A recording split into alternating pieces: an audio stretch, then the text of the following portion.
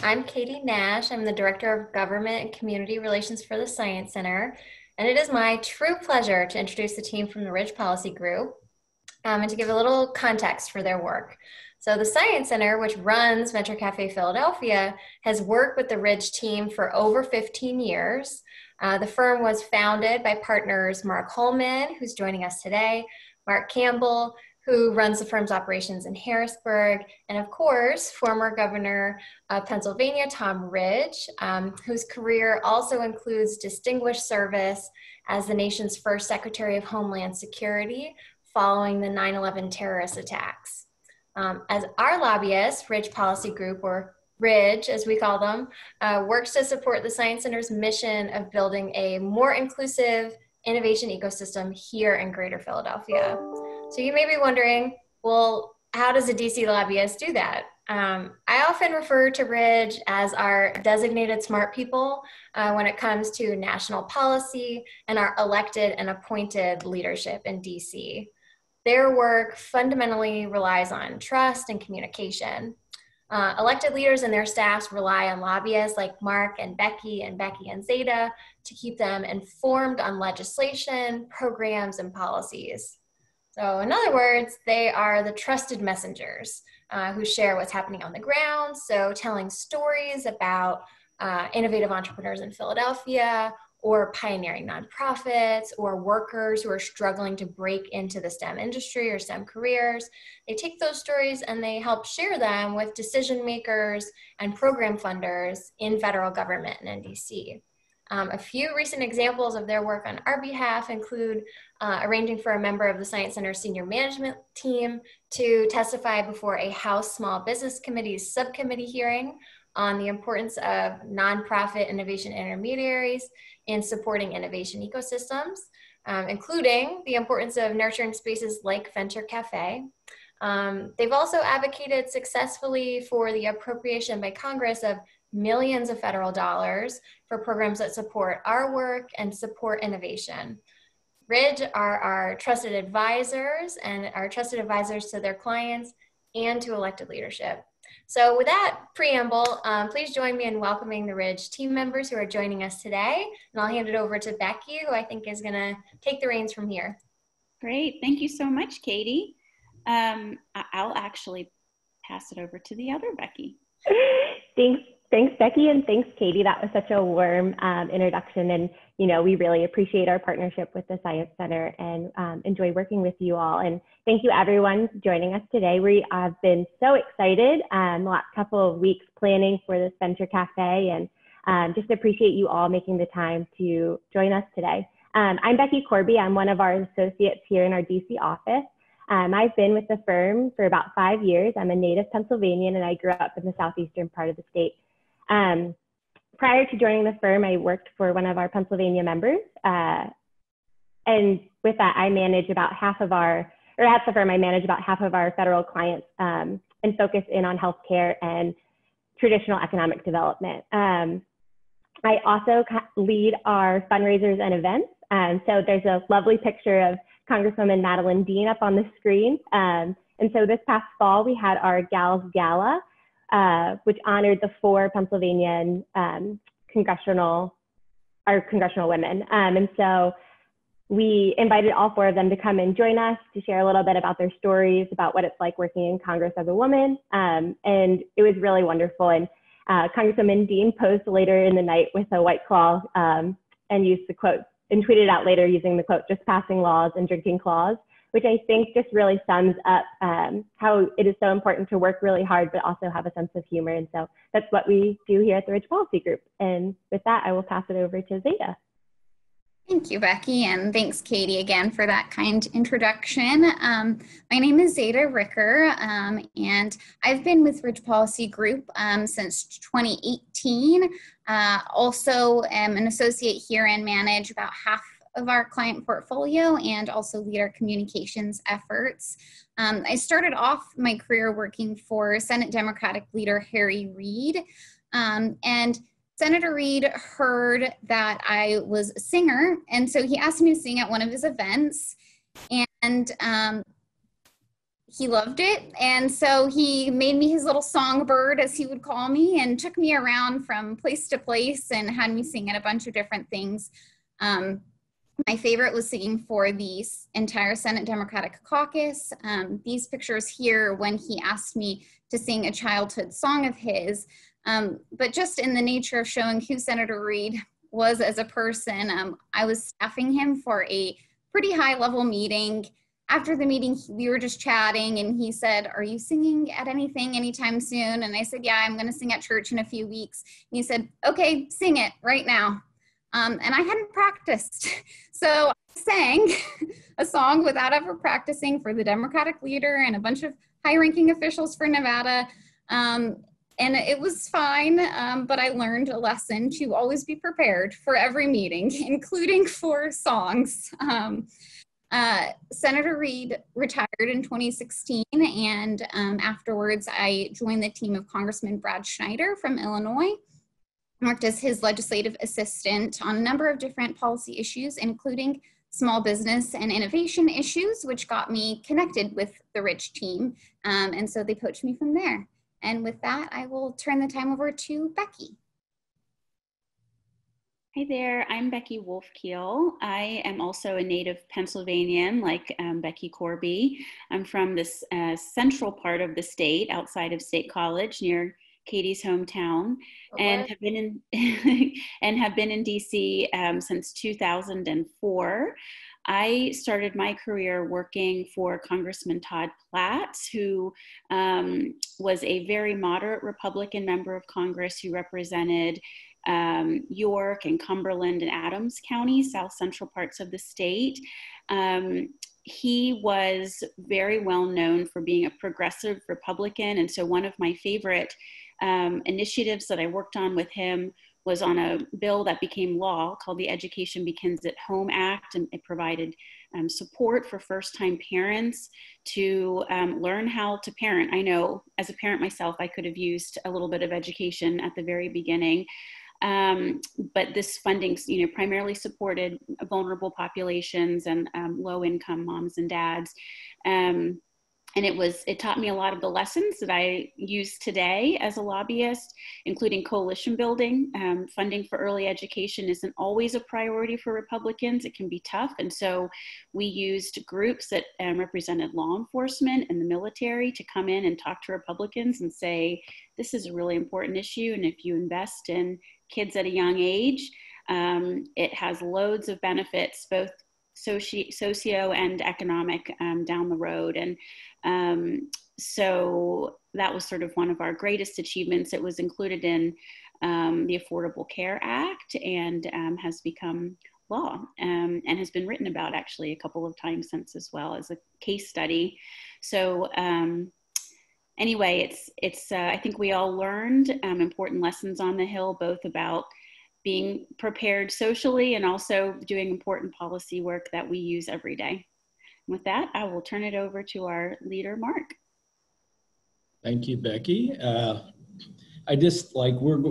going through examples, and I hadn't realized the Venture Cafe where we're at, we got $1 million from the Economic Development Administration in the around 2007 for the very first Venture Cafe next door, and it was pretty interesting. The EDA at the time was doing sewer and water projects, industrial parks, and starting to change their focus to the tech economy.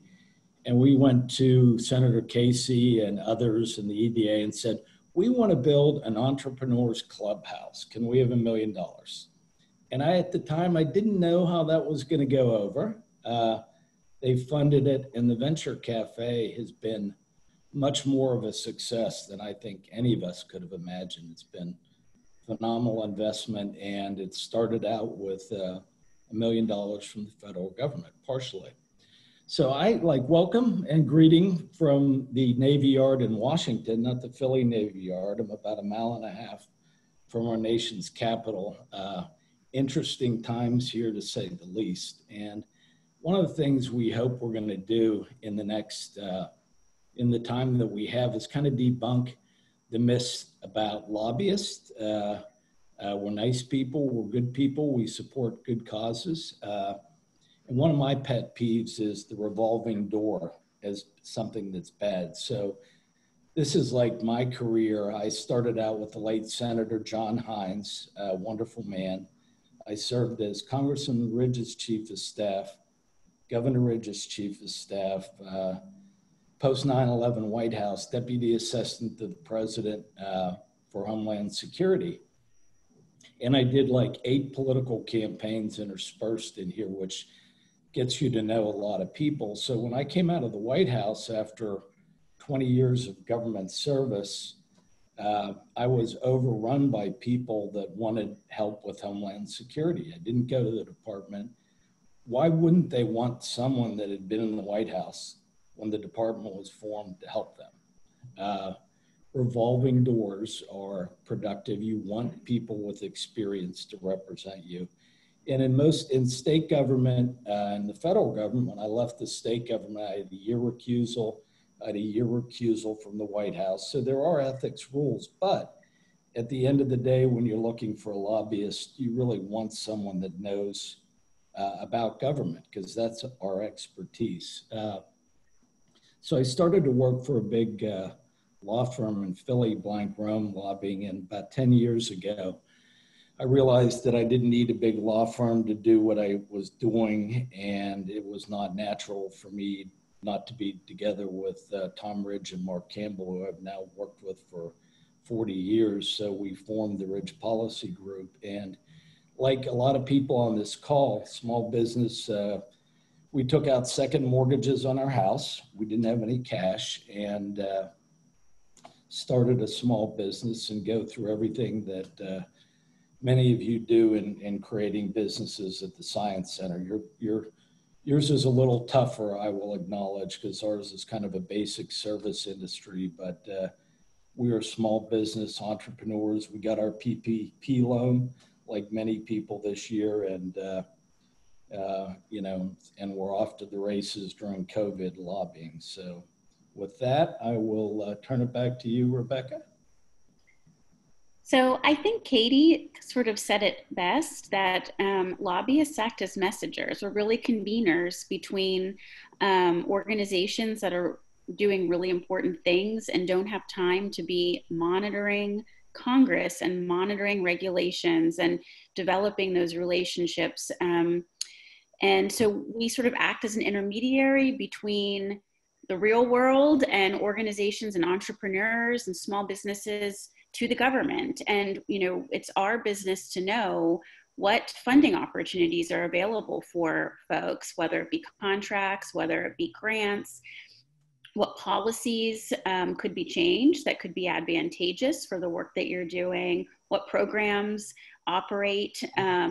There are hundreds of programs. And if you dug just a little bit, you'd probably find some programs that run or have some type of benefit or not to the work that you're doing, and you may not even know about it. And with just some tweaks, it may be able to benefit you even more.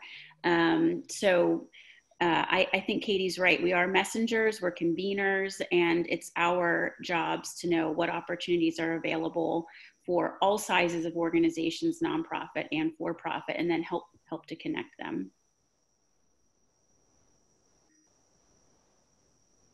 Okay, Becky?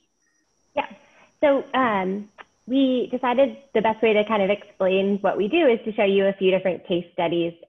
So I'm going to go over one, and then we're going to follow with a few more. So the first one is in regards to traditional economic development. And so we have partnered with 2 different economic development associations and have been working for both of them on some different policy, but primarily for the Economic Development Administration, and to ensure that there is appropriate funding for the EDA and for other federal economic development programs. So we have used a bunch of different strategies to be successful. We have used grassroots efforts. Since these are both associations, they have memberships of their own. So we use that membership to outreach to their congressional members to explain how they are using economic development policies and programs in their local communities. We also have held many congressional events, from briefings to receptions to fly-ins, all for organizations to be able to talk to their members of Congress and explain how they are using this federal funding. We have worked with other like-minded association groups to again promote these ideas. And we also have had multiple different government meetings on different levels. So with undersecretaries, secretaries of administration, senators, members of the House, and all of their staff and everyone in between. And so we have had quite a few accomplishments with this. We have really raised the Economic Development Administration's profile on Capitol Hill.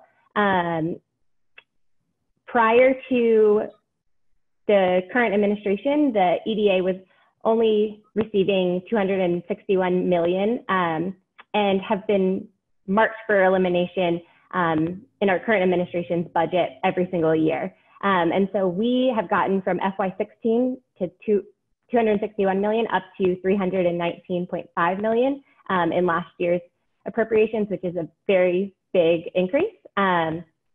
We have educated congressional staff on the different economic development programs that the federal government runs. We have promoted EDA's role in disaster recovery. This included multiple rounds of supplemental appropriations to the EDA to provide funding for disaster recovery relief, specifically for the hurricanes of 2017 and 2018. And then also we've seen success within the COVID-related legislation. So in the CARES Act, there was a $1.2 billion supplemental appropriation for EDA, and they also received special hiring authorities that would allow them to increase capacity and not have to go through the bureaucratic process of hiring.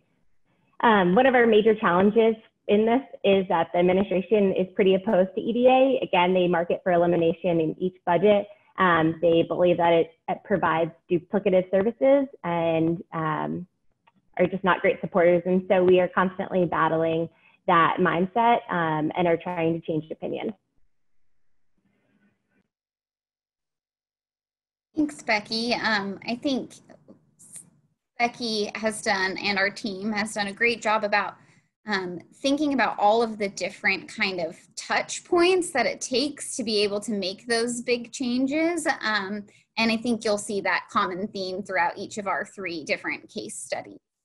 So I'm going to talk about the Seasonal Business Alliance, one of our partners. They are a group of seasonal business owners in Pennsylvania and Ohio. Seasonal businesses including landscaping, roofing, hospitality, and seasonal businesses have seen huge workforce shortages, as have really before COVID, a lot of different companies were seeing, but particularly seasonal businesses see these because their season is a lot shorter, and so people want full-time employment, and because it's hard labor a lot of the time. And so there is a visa program where people can come into the country for just 9 months, a maximum of 9 months, and then go back to their home country to work in these seasonal businesses. So it was our aim to preserve the program and try and expand it. And to do that, we have done a number of different things.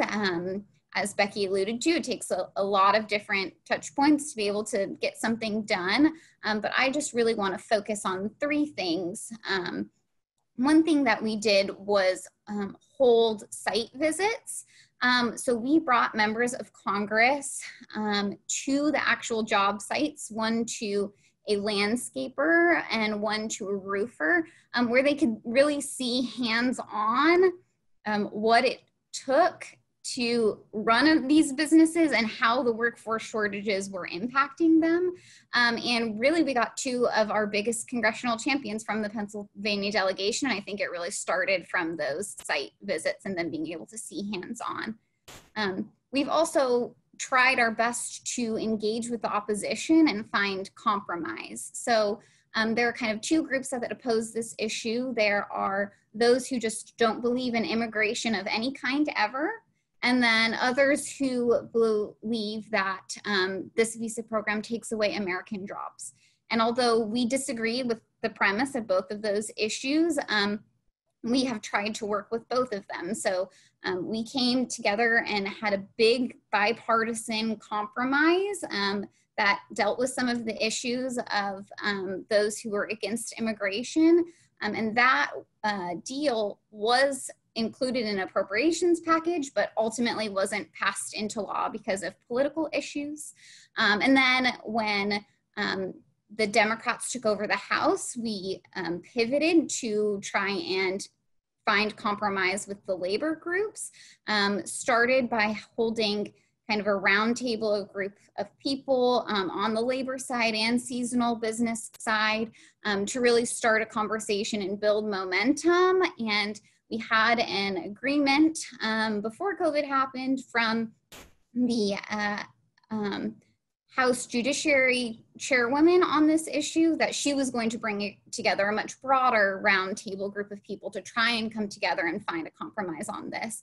And really lots of what we're doing is that kind of negotiation. And we at the Ridge Policy Group believe in compromise, as Governor Ridge has really done throughout his career and set a precedent for us to do. And then the third thing I'll talk about is a Congressional Roundtable we held. We had Governor Ridge and 7 members of Congress or so come and try and think strategically about how we could move this issue forward and dig into some of those weeds and how we could bring the different groups together on this. And through all of this work, also through our high-profile meetings, given Governor Ridge's and Mark's experience at DHS, had a great meeting with DHS. The administration did release additional visas, and while this was not perfect, it was a step in the right direction. As I've mentioned, many of our recommendations were included in comprehensive legislation, and we're really building momentum on Capitol Hill to have a compromise. But I think this is a really sad case of COVID making a huge difference in our progress. With COVID, many people lost their jobs and are suffering. And this issue, it's hard to make a case that we have the same unemployment concerns or workforce shortages. And so we at the Ridge Policy Group really took our time, tried to examine what we could do for them, and ultimately decided that at this time, we can't help them. And that's one thing I want to say about lobbyists. Good lobbyists work with integrity. They're not going to work with you or take your money if we can't help you. And I think it's really important that we think about that as lobbyists and work in that way. So with that, One thing, Zaida, there was a question from Jim on the seasonal workers about why don't we just pay them more money? A requisite of a seasonal worker under this program is no American willing to do the job. That's a flat out requisite. But the minimum that a seasonal worker is paid is the prevailing wage for a union worker in Philadelphia, depending on the trade, a roofing union. So they are paid well, and they do get increases. And they also pay Social Security and all of our taxes, and yet they never get the benefits. They never draw on Social Security. So they're taxpayers, they get paid the prevailing wage, they come here legally, and they go home. And one of the things that I would submit, and people that know workforce, is when the pandemic is over, we had a severe work shortage problem in this country all the way up and down the line with healthcare workers, with seasonal workers, H1 workers, people that come to the Science Center, and and to the University of Pennsylvania and Drexel, the idea that we would like to educate them here and not try to keep them and send them home drives me crazy. So I think when this settles down, our country is going to be right back in a workforce challenge. And, right now, our seasonal business people are having a hard time getting workers because people that might do the job are going the unemployment benefits to their full extent. That's just kind of the way it is. So anyway, I don't know. I hear that a lot. People are just going to, suckle on the unemployment key. But certainly, you know what? I have met one or two people like that. But, most aren't. And I don't know about Philadelphia. In North Carolina, yep. Unemployment is 12 weeks. Yep. So that's not going to, no. So I think, just if you need workers, pay them 10 cents an hour more. Yeah, your customer's going to have to pay a little more money, but hey. No, I hear you. It's just, like I say, the program literally, if there is an American worker that will do the job, you're not allowed to bring in a worker from overseas. That's Department of Labor, DHS regs. So, but those are the exact issues that we worked to try and come to agreements on. And I think when we continue and go back to working for them, when we feel like it's appropriate, we'll continue to have those conversations. I think it's important to hear all different perspectives. Okay, definitely. So is it possible for me to get a list of companies that are hiring seasonal workers, so maybe I could apply for work there? We actually could, because we have the coalition list. And North Carolina is if you're in North Carolina, it's a big seasonal worker state. So. Oh, really? Yeah, you could email us. We'd be happy to share. Oh, you know what? I'll do that, because unemployment, since March has been friggin' through the roof. It's ridiculous. I know. It's a rough time. Mm-hmm. Yeah. And is it the, you know what, I should make sure I got your URL down. Give me just 1 second here. Yeah, and we have, our last slide too, we have our website and we have all of our email addresses. We'd love to chat with you. Is it the Ridge Group? RidgePolicyGroup.com, yep. Okay. Thank you. Yep. And so the last case study that we're presenting, of course, features some of our work with the Science Center and the Ben Franklin Technology Partners. We have represented both of these entities for about the same amount of time, and sometimes the efforts are a little bit different, as the Ben Franklin Network does a lot of investments directly into companies, and the Science Center, as you all know very well, cultivates this real atmosphere of innovation and entrepreneurship, and wants to support programs that support entrepreneurs. And sometimes the policies that we're working on benefit both entities. So the initiative that I want to touch on is one that did change the SBIR program, which you all probably know is a federal program that supports entrepreneurs and researchers by providing direct funding for additional research. And entities that have done a lot of research but are ready to take the next step into commercialization activities. Historically, there's not a lot of SBIR funding available for those activities. And so we were successful in having some legislation passed and signed into law that would allow some flexibility within the SBIR program, so that if an entrepreneur was ready to use the funding for some commercial activities, building a business plan, trying to scale up and identify manufacturing capabilities, that they could use those funds to do so. So that effort actually took a lot of time, several years, to build up a coalition of diverse stakeholders that would support this.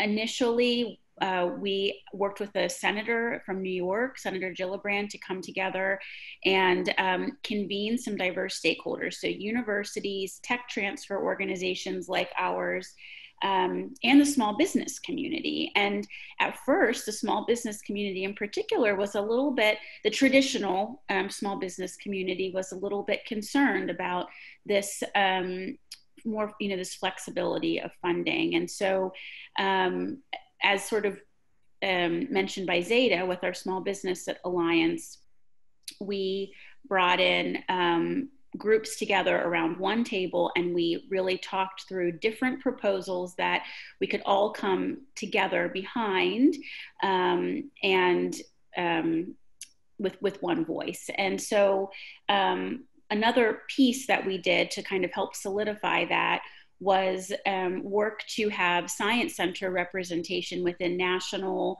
advisory groups. There's a National Advisory Council on Innovation and Entrepreneurship that advises the Secretary of Commerce on innovation policy. And we were successful in having Roseanne Rosenthal, who is the president of the Ben Franklin Technology Partners in Philadelphia, serve on one board.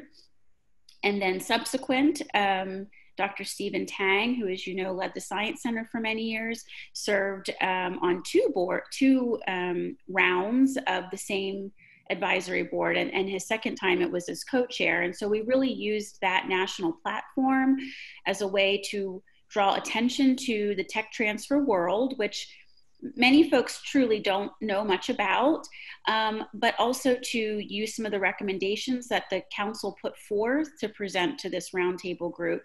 And ultimately it was their recommendation to allow for this flexibility that we used. We also hosted congressional briefings and roundtables, and we used politics. And I don't mean fundraising necessarily, but to find congressional champions, we had a connection in Congressman Ben Ray Lujan's office. And actually the connection was that the staffer was a former Allison Schwartz staffer who we developed a great relationship with the Science Center over the years. And after she had moved on, he went to Congressman Lujan's office. And was, still very familiar with the work that the Science Center had done and wanted to be supportive.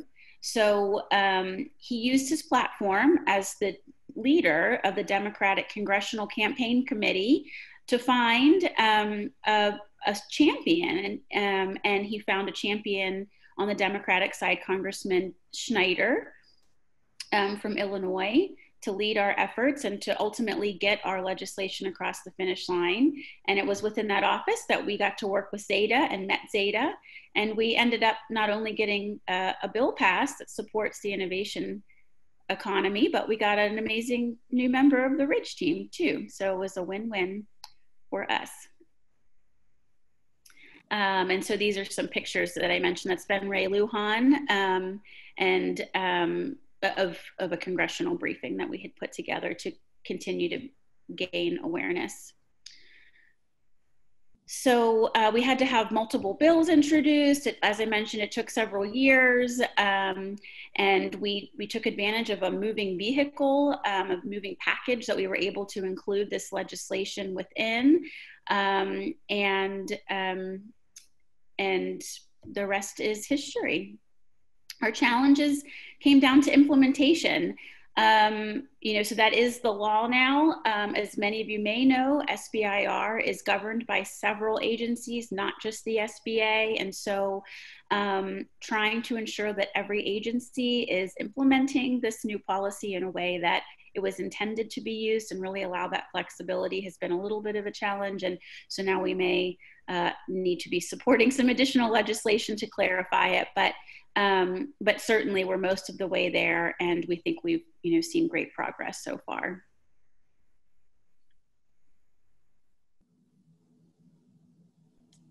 Thanks, Becky, for going over all that.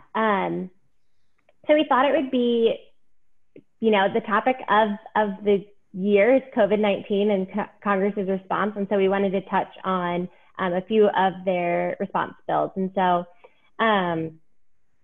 on March 6th, the Congress passed the Coronavirus Preparedness and Response Supplemental Appropriations Act. This majority of this funding went to HHS for domestic health response. This also included money for the SBA to administer disaster loan programs, and also started the Paycheck Protection Program. That was immediately followed by the Families First Coronavirus Response Act, signed into law on the 18th of March. This provided funding for nutrition programs, for the DoD, for HHS, for continued COVID-19 diagnostic testing. It provided funding for the Public Health and Social Services Emergency Fund, It expanded our paid family sick leave and also expanded the payroll tax credits. These bills were very big, broad bills that covered a lot of different topics. And so if you have specific questions, we can answer those for you. But we're just going to highlight very top level lines here. On the 27th of March, Congress passed the Coronavirus Aid, Relief, Economic Security Act, CARES. This was a $2 trillion piece of legislation that was aimed at providing relief to individuals, businesses, and government organizations. As of right now, this is the last piece of legislation that was passed by both the House and Senate and signed into law, addressing COVID-19.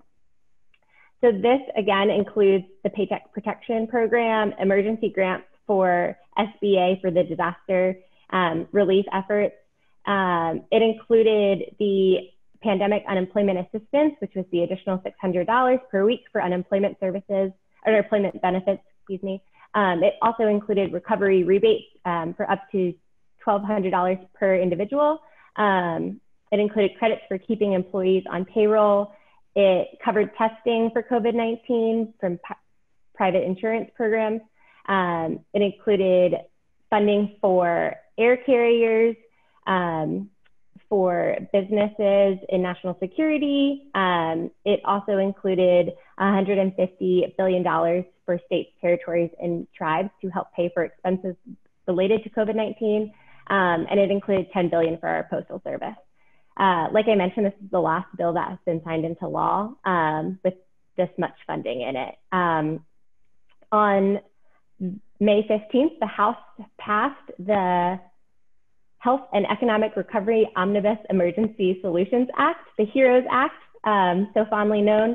It is a $3 trillion piece of legislation that includes $1 trillion to states for funding for essential workers. It also includes funding for essential workers, hazards pay, additional funding for testing and treatment, and tracing of COVID-19. It includes more direct payments to individuals, extended unemployment benefits. It preserves healthcare coverage and supports housing assistance, to name a few. Again, this bill is very large, and so these are just some of the highlights. The Senate has not yet taken up this legislation or started work on their next relief package. The Senate Republicans are hesitant to spend additional funds, but know that something needs to be done. We expect legislation sometime between July 11th and August 7th, but this could easily slip into the fall as there's a lot going on down here in DC, and its timing is is moving fast, and it's a little chaotic. So that is what we expect, but we will obviously keep people posted as we learn more. But that is what Congress has been doing for COVID, and I think Zaida is going to cover what the administration has been doing to address COVID-19. Thank you, Becky. The administration has done a number of different things, including just implementing the huge amounts of funding that CARES Act provided, but did want to talk about a few things that we thought would be of particular interest to this audience, given your work. The government is procuring a number of different goods in response to COVID, and we have had the opportunity to be able to try and help some of our clients in getting connected with administration officials to highlight the products that they have that are helpful to COVID. And then they have also spent a lot of time working on the development of technologies, vaccines, diagnostics, therapeutics, have different funding opportunities and agencies.